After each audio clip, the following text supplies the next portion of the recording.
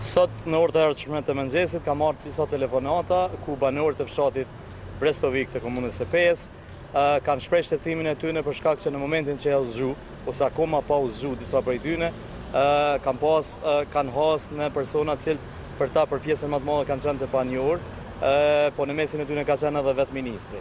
Edhe sigurisht që këta e kanë paraqitur shqetësimin e tyre për faktin që ata janë ndjerë nën presion, edhe në një farë mënyrë kanë ardhur për herë të parë duke i detyruar në një formë për dalë për të votuar, edhe normalisht prezenca tyre ka qenë një situatë tepër e pasigurt.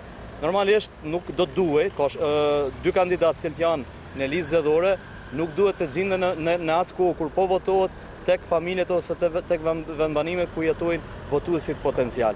Nuk ka asnjë arsye se një ministër i cili ka qenë 6 vite ministër që në ditën e zgjedhjeve të jetë në oborret e njerëzve për t'i bindur ata. Ne kemi pas fushatën zgjedhore, kam pas mundësi me bind popullatën dhe normalisht sot do duhet të ishte vetëm ditë votimi.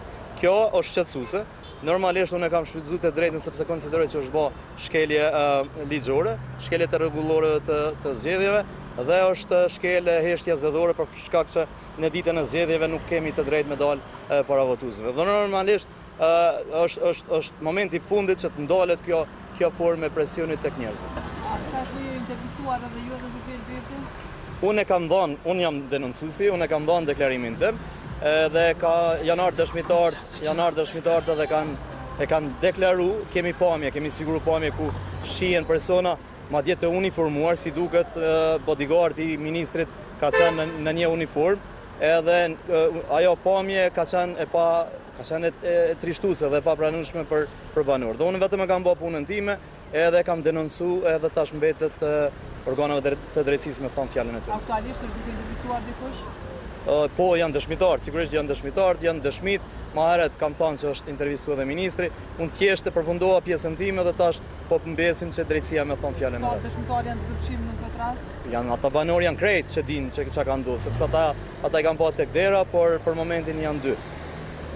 Çka presni prej këtij procesi? Është me ndalu njëre për gjithmonë, sepse vota është e lirë e çdo qytetari, me parandalu çfarëdo lloj presioni apo joshje apo lloj mashtrimi apo trysnie ndaj votuesit. Votuesi ka vetdije për kënd me votu dhe normalisht nuk është në rregull të bësh deputet duke përdorur forma të tilla. Domethënë je përfaqësues i zgjedhur dhe ata duhet vendosen me vullnetin e tyre. Dhe si duket ministri ka kuptuar që nuk ka mbështetje popullore dhe normalisht tash po e përdor në momentin e fundit. Kjo është e pandershme sepse vërtet titulli i çanurit ministër i jap përgjegjësitë e dy fesht.